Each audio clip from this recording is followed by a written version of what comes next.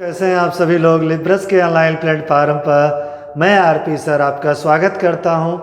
आप सब जान रहे हैं कि वर्तमान समय में लिब्रस क्लासेस के द्वारा सुपर टेट और सी टेट की ऑनलाइन क्लासेस दी जा रही हैं। आप सब लोग पढ़ रहे हैं।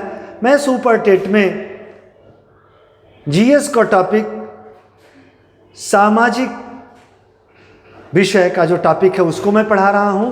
टॉपिक का ही नाम हम शुरू में जब सिलेबस डिस्कस किए थे तभी बताए थे पर्यावरण एवं सामाजिक अध्ययन, जिसे सुपर टेट में 10 अंक का आएगा। कितने अंक का?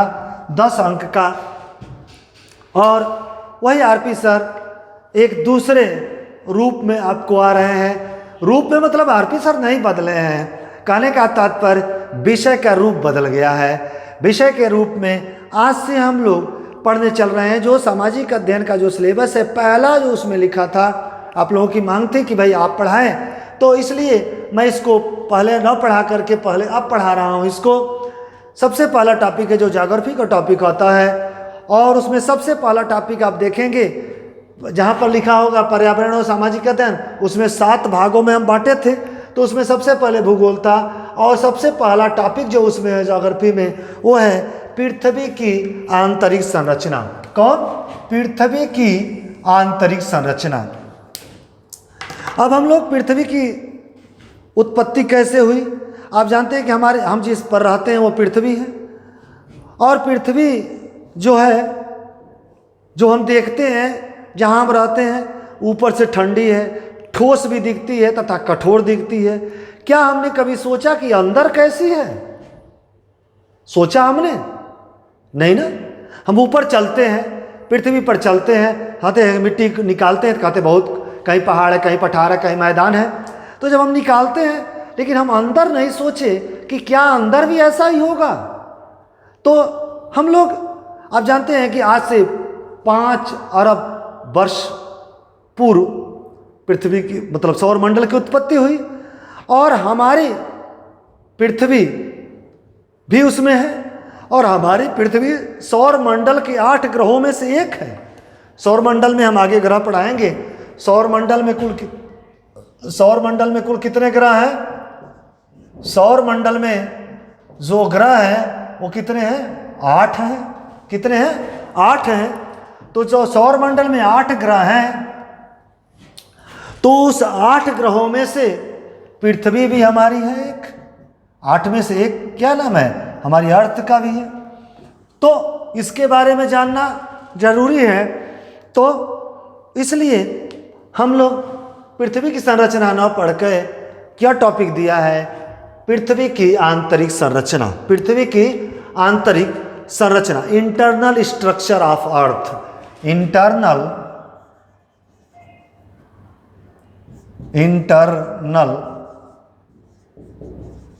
Structure of earth. पृथ्वी की इंटरनल स्ट्रक्चर ऑफ अर्थ, पृथ्वी की आंतरिक संरचना। पृथ्वी की आंतरिक संरचना, और हमारी पृथ्वी की तो आंतरिक संरचना है, तो हम उसकी तुलना एक तरह से देखें तो हम प्याज से कर सकते हैं। किससे कर सकते हैं? प्याज से। जैसे प्याज की परत आप निकालते चले जाते हैं तो अंदर देखते हैं कि सारे छिलके उसके निकलते निकलते निकलते रहते, प्याज का अस्तित्व एक तरह से खत्म हो जाता है। उसी तरह से पृथ्वी की आंतरिक संरचना का सीधा तुलना हम लोग किससे कर सकते हैं? एक प्याज से कर सकते हैं। किससे कर सकते हैं? एक प्याज से कर सकते हैं।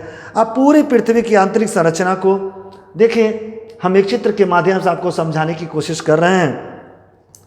जो ये ग्रीन दिख रहा है, ये ग्रीन वाला जो दिख रहा है, ये पूरा ग्रीन का जो हिस्सा है वह है, इसी को हम लोग कहते हैं भूपर्पटी। क्या कहते हैं? भूपर्पटी। सुपर टेट में बहुत इंपॉर्टेंट है भाई, हर परीक्षा में देखिए, अभी बीओ का एग्जाम हुआ उसमें भी पूछा। तो भूपर्पटी, इसको अंग्रेजी में हम लोग क्रस्ट कहते हैं। क्या कहते हैं? CRUST।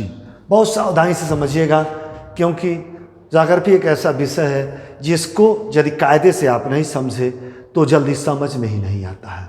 रट के भूल जाना वो अलग बात है, लेकिन एक बार समझ लेना, न कभी भूलना, ये अच्छी बात है।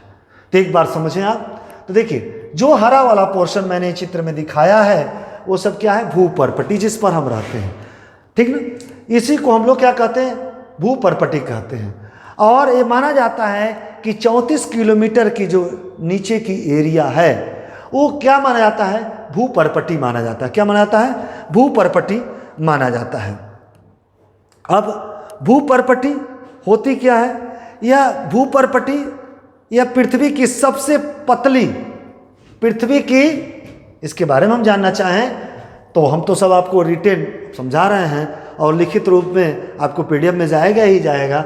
भूपर्पटी पृथ्वी की एक सबसे पतली एक ठोस परत होती है। क्या होती है, एक पतली ठोस परत होती है। कौन, भूपर्पटी। कौन, भूपर्पटी। और भूपर्पटी की मोटाई जो हम अभी बता रहे थे, तो भिन्न भिन्न स्थानों पर भिन्न भिन्न मानी जाती है, अलग अलग जगहों पर अलग अलग। समुद्र की तलहटी का जब निर्माण होता है तो वहाँ से भूपर्पटी जो है 4 से 7 किलोमीटर मोटी होती है। कितनी होती है, 4 से 7 किलोमीटर होती है। लेकिन स्थल से यदि देखें तो भूपर्पटी 34 किलोमीटर तक चली जाती है। तो इस तरह से ये है भूपर्पटी। देखिए भूपर्पटी में महाद्वीप से देखते हैं तो 35-34, फिर पर्वतों से देखें तो 70 किलोमीटर हो जाती है। तो कहने का मतलब समुद्र की तलहटी से 4 से 7 किलोमीटर, कितना, 4 से 7 किलोमीटर। किसके बारे में हम चर्चा कर रहे हैं, भूपर्पटी के बारे में, समुद्र से। फिर महाद्वीप से भूपर्पटी देखें तो 34-35 किलोमीटर, हमने शुरू में ही बताया 34-35 किलोमीटर माना जाता है। और यदि पर्वत से इसकी मोटाई देखें, पर्वत से ऊंचाई से, तो पर्वत से लगभग 70 किलोमीटर। कितना, 70 किलोमीटर। तो देखिए भिन्न भिन्न, हमने शुरू में ही बताया, भूपर्पटी की मोटाई विभिन्न स्थानों पर भिन्न भिन्न मानी जाती है। विभिन्न स्थानों पर क्या मानी जाती है, भिन्न भिन्न मानी जाती है। आप देखें समुद्र की तलहटी है तो 4 से 7, उसके बाद आपका महाद्वीप है तो महाद्वीपों से 34-35 किलोमीटर और पर्वतों से कहाँ 70 किलोमीटर के मध्य पाई जाती है। और इसमें चट्टाने, मिट्टी, जो चट्टान और मिट्टी होती है, ध्यान दीजिएगा, भूपर्पटी में जो चट्टान और मिट्टी पाई जाती है, वो भूपर्पटी का जो निर्माण होता है उसमें कुछ चीज़ें होती हैं, उसको जान लीजिए। उसमें कुछ तत्व होते हैं, तो सिलिका होता है, ठीक, अधिकता होता है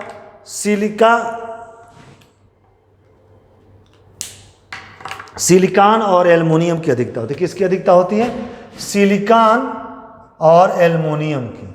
किसकी अधिकता होती है, सिलिकॉन और एल्युमिनियम की। इसीलिए इसे सियाल कहते हैं। क्या कहते हैं, सियाल। क्या कहते हैं, सियाल। तो सियाल कहाँ पाया जाता है, भूपर्पटी में। किसमें, भूपर्पटी में। ऊपर क्या पाया जाता है, सियाल। अभी देखेंगे एक जगह सीमा भी आएगा। तो इस तरह से सिलिकॉन और एल्युमिनियम की जो परत पाई जाती है उसको हम लोग इस तरह से Si+Al, सिलिकॉन और एल्युमिनियम, इसलिए उसे हम लोग क्या कह देते हैं, सियाल कहते हैं। क्या कहते हैं, सियाल कहते हैं। अब दूसरा आता है, उसको हम लोग कहते हैं मेंटल। क्या कहते हैं, मेंटल। और आप देख लीजिए कि मेंटल, ये जो रेड है, इस रेड से लेकर इस रेड तक, यहां तक पूरा का पूरा क्या माना जाता है, मेंटल माना जाता है। क्या माना जाता है, मेंटल माना जाता है।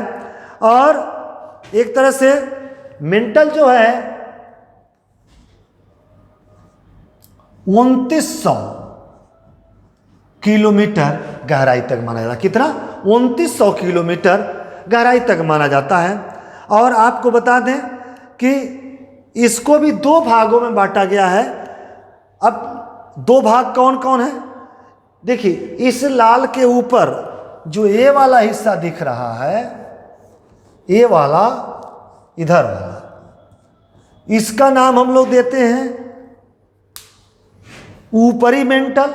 क्या नाम दे देते हैं, ऊपरी मेंटल। कौन मेंटल, ऊपरी मेंटल। पूरे भाग को तो मेंटल कहते हैं। और ये वाला क्षेत्र जो दिख रहा है, ये वाला जो क्षेत्र दिख रहा है, इसको हम लोग कहते हैं निचला मेंटल। कौन मेंटल? निचला मेंटल। नाम से ही स्पष्ट है कि ऊपर है और नीचे है, तो ये हो गया निचला मेंटल। तो ये ऊपरी मेंटल और ये निचला मेंटल। तो इस तरह से ये हो गया ऊपरी मेंटल और दूसरा हो गया निचला मेंटल। तो मेंटल को भी दो भागों में बांट दिया गया, और मेंटल का जो ऊपरी भाग होता है उसको हम लोग कहते हैं एक तरह से, एक बता दें, इसके जो खोज करता थे जो मेंटल, एक चीज़ और जान लीजिए, इसी पर पृथ्वी की उत्पत्ति भी मानी जाती है। इसके कोर्ता मोहोरोविक नामक थे, तो इसीलिए मोहोसविक मॉडल भी कहते हैं। क्या कहते हैं? मोहोसविक। ठीक। और इसका विस्तार 400 किलोमीटर गहराई तक है। और आपको बता दें, इसी में एक परत पाई जाती है सिलिकॉन। किसकी? सिलिकॉन। यहीं पर एक परत पाई जाती है, उसको कहते हैं सिलिकॉन और मैग्नीशियम। किसकी? सिलिकॉन और मैग्नीशियम की। इसीलिए उसे सीमा कहा जाता है। क्या कहा जाता है? सीमा कहा जाता है। तो देखा आपने, सियाल और सीमा। तो ये पाया जाता है, सिलिकॉन और मैग्नीशियम की परत होती है, और सिलिकॉन और मैग्नीशियम की अधिकता होने के कारण इसे सीमा भी कहा जाता है। क्या कहा जाता है? सीमा कहा जाता है। और एक चीज़ और जान लीजिए, इसी सीमा के नाते, अब इस सीमा में क्या है, इसी में सारे रक्त तप्त, सारे खनिज पदार्थ सब इसी में गर्म मैग्मा की तरह, किसकी तरह? मैग्मा की तरह लौह तप्त। किस रूप में? लौह तप्त। लौह तप्त हम किसे कहते हैं? कि जो अंगार की तरह से उसमें तरल रूप में, किस रूप में? तरल रूप में, तरल रूप में इसमें चक्कर लगाते रहते हैं। किसमें? इस पूरे मेंटल वाले हिस्से में। किसमें? पूरे मेंटल में। तो होता क्या है कि अभी हम आपको बताएंगे, इसमें सब घूम रहे हैं इस तरह से। तो ये दूसरा स्तर हो गया। तो पहला हो गया आंतरिक संरचना का पहला भाग जो है वो है भूपर्पटी। कौन है? भूपर्पटी। दूसरा है मेंटल। कौन है? मेंटल। ये पूरा का पूरा क्या है? मेंटल। क्या हो गया? मेंटल। इस भाग को हम लोग क्या कहते हैं? मेंटल। उसके बाद जो तीसरा, ये ब्लैक कलर में दिख रहा है, ब्लैक कलर में पूरा दिख रहा है, ये ब्लैक कलर, इस ब्लैक कलर में दो दिख रहा है, और ये भी ब्लैक कलर, ये थोड़ा और गाढ़ा होगा। ये भी दो भागों में बटा है। इसको हम लोग कहते हैं आंतरिक भाग। कौन? क्रोड। क्या कहा जाता है इसे? इसे क्रोड कहा जाता है। क्रोड या कोर। क्या कहा जाता है? क्रोड या कोर। यह सबसे ठोस भाग होता है। और बता दें, इस ठोस भाग में दो होते हैं, और उनका नाम होता है निकिल Ni प्लस Fi। क्या होते हैं? निकिल और Fi। तो निकिल और Fi हैं किस में? क्रोड में। तो इसीलिए इसे हम लोग नीफे कहते हैं। क्या कहते हैं? Ni plus Fi। अर्थात निकिल और आयरन क्या होते हैं? निकिल और आयरन इस ठोस भाग में होते हैं। इसीलिए हम लोग इसको क्या कहते हैं? नीफे कहते हैं। क्या कहते हैं? नीफे कहते हैं।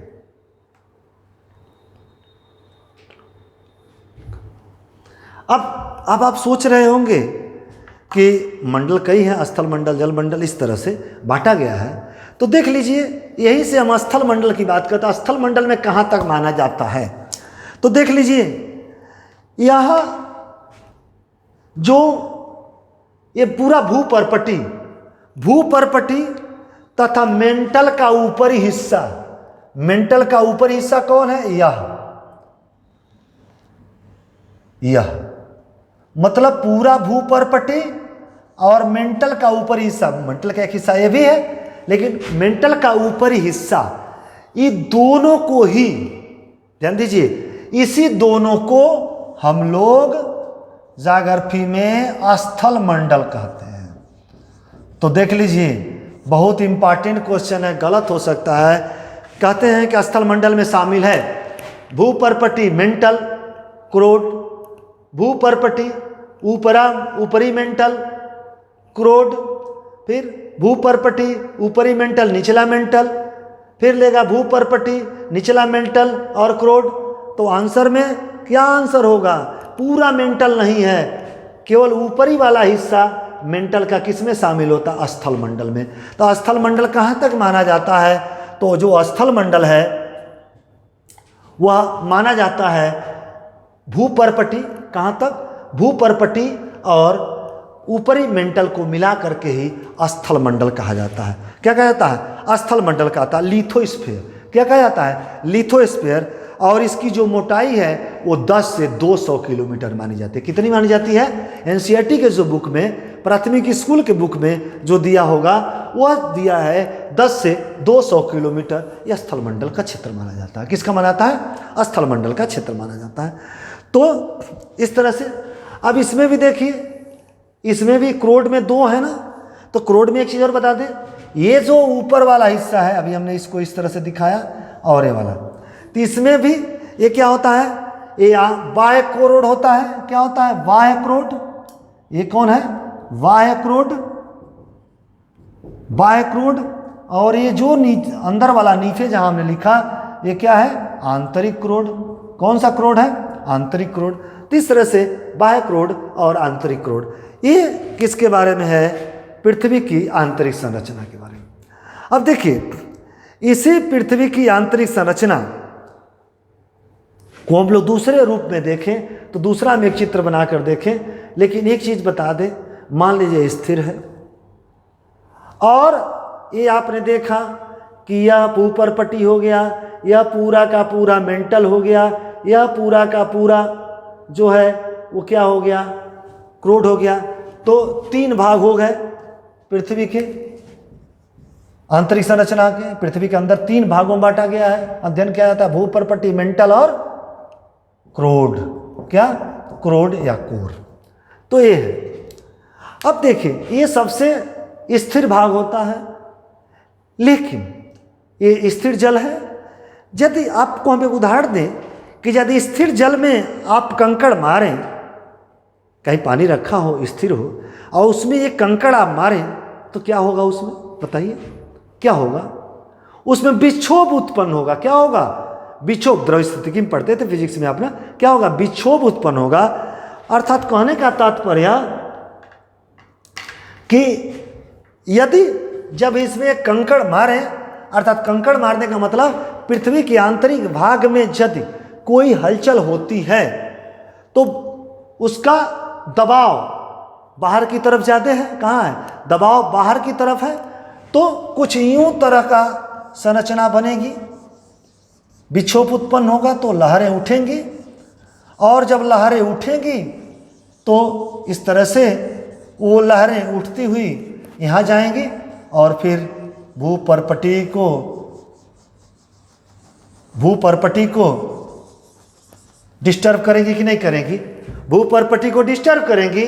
और जब भूपर्पटी को डिस्टर्ब करेंगी और दबाव है कहाँ? केंद्र में दबाव अधिक है, तो कहीं ना कहीं हो सकता है कि भूपर्पटी में रिसाव होने लगे, और रिसाव जब होगा तो रिसाव होते हुए इस मेंटल वाले भाग से सभी रक्त तप्त लौह पदार्थ सब बाहरी छिद्र से निकलने लगे, राख धूल कण ये सब निकलने लगेंगे, और इसी घटना को हम लोग वॉल्केनो या ज्वालामुखी कहते हैं। क्या कहते हैं? ज्वालामुखी या वॉल्केनो। अर्थात कहने का ज्वालामुखी का संबंध उस छिद्र या दरार से होता है जहां राख धूल कण जो भी है, गर्म मैग्मा, ये सब बाहर निकलते हैं, और वही मैग्मा जब तरल रूप में है वो ठंडा होगा तो लावा के रूप में क्या होता है? लावा के रूप में इकट्ठा हो जाते हैं, जैसे ज्वालामुखी पर्वत का भी निर्माण हो जाता है।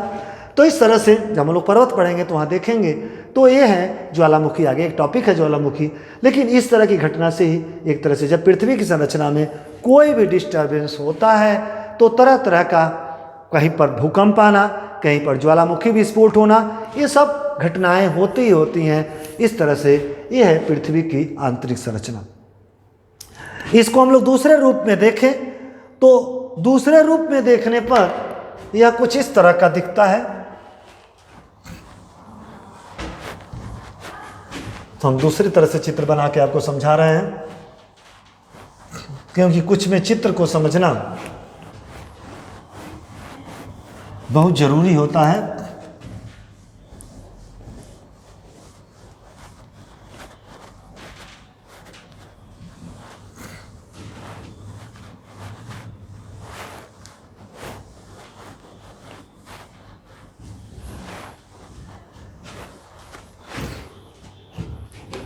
पृथ्वी की आंतरिक संरचना। अब इसको हम लोग इस तरह से भी देखें,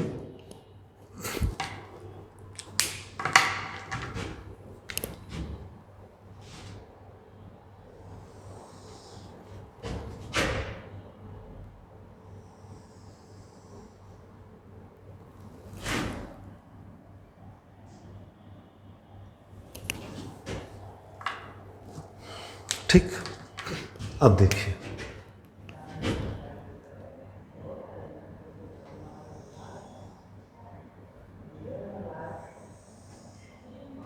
ये हो गया। इसी को फिर अब यहाँ पर रेड से करते हैं, यहाँ हो गया। फिर आपका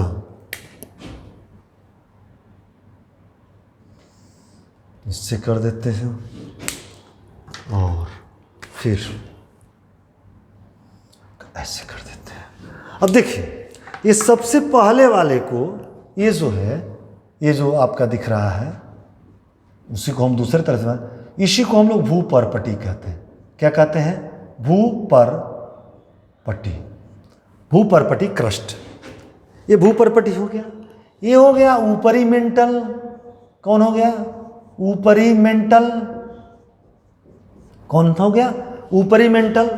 ऊपरी मेंटल के बाद ये जो है वो निचली मेंटल हो गया, निचला मेंटल। कौन हो गया? निचला मेंटल। और निचला मेंटल के बाद अब ये क्रोड हो गया पूरा, तो बाह्य क्रोड। कौन क्रोड? बाह्य क्रोड। और यह हो गया आपका आंतरिक क्रोड। कौन क्रोड? आंतरिक क्रोड। ये हो गया। अब इसकी गहराई यदि हम लें, एक स्केल इस तरह से हम मान लीजिए खींच देते हैं, और यहाँ से और इसको, और यहाँ से हम गहराई यदि नापते हैं तो आप देखिए, तो एक तो आएगा 35, वही जो 35 किलोमीटर बता रहे थे, 35 किलोमीटर, 35 किलोमीटर। उसके बाद जो निचला मेंटल के ठीक ऊपर होगा वो होगा 700 किलोमीटर। कितना? 700 किलोमीटर। फिर निचला मेंटल अर्थात बाह्य क्रोड के ठीक ऊपर वो 2900 किलोमीटर होगा। कितना होगा? 2900 किलोमीटर होगा। और जो आंतरिक क्रोड में जाएगा एकदम नीचे, वो 6371 जाएगा किलोमीटर, 6371 किलोमीटर। और इस आंतरिक क्रोड जो है वो 5259 जाएगा। कितना जाएगा? 5259 किलोमीटर। तो ये है पृथ्वी की आंतरिक संरचना के बारे में। किसके बारे में? पृथ्वी की आंतरिक संरचना के बारे में। यह हम लोग देखें, इस तरह से भी हम लोग इसको, इस तरह से हमने एक शंक्वाकार समझाया कि इस तरह से भी हो सकता है, और जो मैं वह प्याज की तुलना करके आपको समझाया वो भी एक तरीका है। तो इस तरह से आप लोग ये समझे क्या, किसके बारे में पृथ्वी की आंतरिक संरचना के बारे में।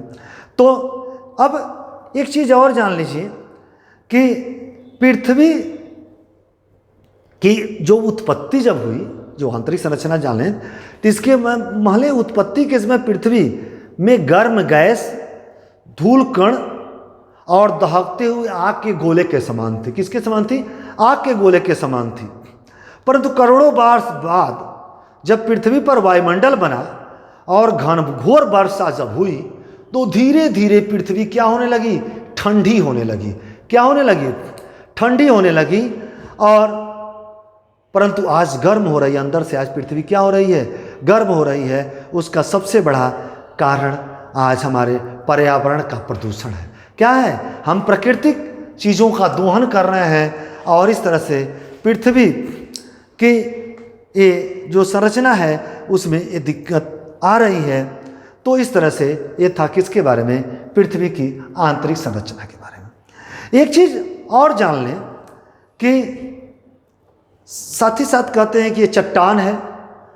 तो चट्टान के बारे में हम जानें कि रॉक क्या होता है, शैल क्या होते हैं। उसी को शैल कहते हैं, रॉक कहते हैं, चट्टान कहते हैं।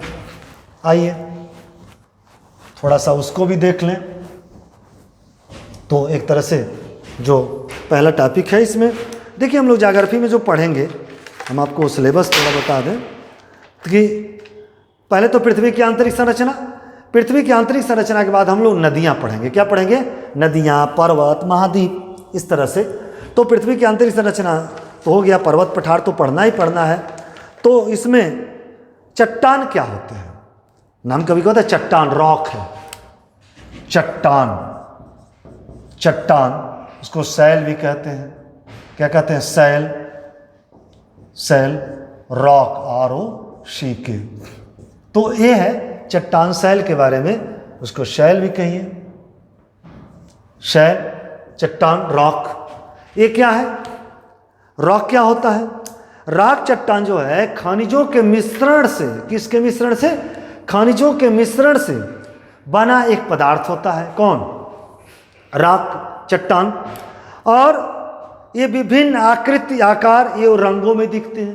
कहीं भूरे रंग का, कहीं काले रंग का, इस तरह के चट्टान लिखते हैं। और कहीं कहीं पर चट्टान जो होते हैं, कहीं कहीं पत्थर की तरह से कठोर भी होते हैं और कहीं कहीं पर मिट्टी और रेत की तरह वो मुलायम होते हैं। खासियत क्या है?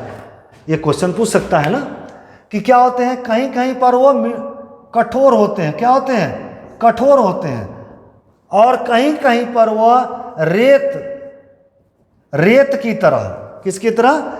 रेत और मिट्टी की तरह, रेत या मिट्टी की तरह, जैसे मिट्टी भी मुलायम होती है, ये क्या होते हैं? मुलायम भी होते हैं। क्या होते हैं? मुलायम होते हैं। तो एक तरह देख लीजिए, रेत की तरह ये क्या होते हैं? रेत और मिट्टी की तरह ये मुलायम भी होते हैं। कौन? चट्टान। और कहीं कहीं पर ये कठोर होते हैं, काटने से वो आसानी से टूटते भी नहीं हैं। ठीक। तो जैसे घर पर जब ये जो सिलबट्टा या तरह तरह के पत्थर का यूज होता है उसको चट्टान कहते हैं। और लेकिन वो आसानी से नहीं टूटते। लेकिन जब आप छोटे थे, अब तो नहीं है, छोटे क्लास से पहले स्लेट पर लिखवाया जाता था, स्लेट पर लिखवाया जाता था और स्लेट पर थोड़ा सा भी लग जाता था तो टूट जाते थे, चरक जाते थे, अलग अलग हो जाते थे। तो क्या है? वो मुलायम भी होते हैं। थोड़ा सा गिरा, हम लोग छोटे छोटे थे तो बैग में लेकर के जाते थे बस्ता में, तो टूट जाते थे। थोड़ा सा भी चोट लगती थी, कहीं गिर गया, मान लीजिए बैग गिर गया तो टूट जाता था। तो क्या होता? तो मिट्टी की तरह और रेत से बने होते थे तो मुलायम होते थे, टूट जाते थे। लेकिन अब वो सिलबट्टा है जो पत्थर पर घर पर प्रयोग करते हैं, चट्टान का है, वो काट के बनाया गया है, वो नहीं टूटता है। तो इस तरह से रॉक क्या होते हैं? कहीं कहीं मुलायम होते हैं और कहीं कहीं वो कठोर भी होते हैं। और इस तरह से चट्टान जो होती है वो मुख्य रूप से तो दो हैं, लेकिन 3 भागों में बांटा गया है। कितने भागों में? 3 भागों में। अर्थात शैल 3 प्रकार के होते हैं। कितने प्रकार के? 3 प्रकार के होते हैं। शैल कितने प्रकार के होते हैं? 3 प्रकार के। 3 प्रकार के होते हैं। 3 प्रकार के होते हैं। पहला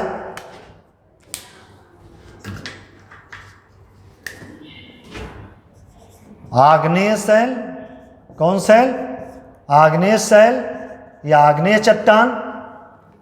दूसरा मतलब आग्नेयस रॉक्स। फिर दूसरा है अवसादी, सेडिमेंट्री अवसादी, कौन चट्टान? अवसादी चट्टान या शैल लिखिए, शैल जब हम लिख रहे हैं तो शैल ही लिखें, अवसादी चट्टान। और अवसादी चट्टान के बाद एक तीसरा होता है रूपांतरित, रूपांतरित या कायांतरित, कौन? रूपांतरित या कायांतरित चट्टान। तो ये भी प्रकृति में पाए जाते हैं, ये भी प्रकृति में पाए जाते हैं।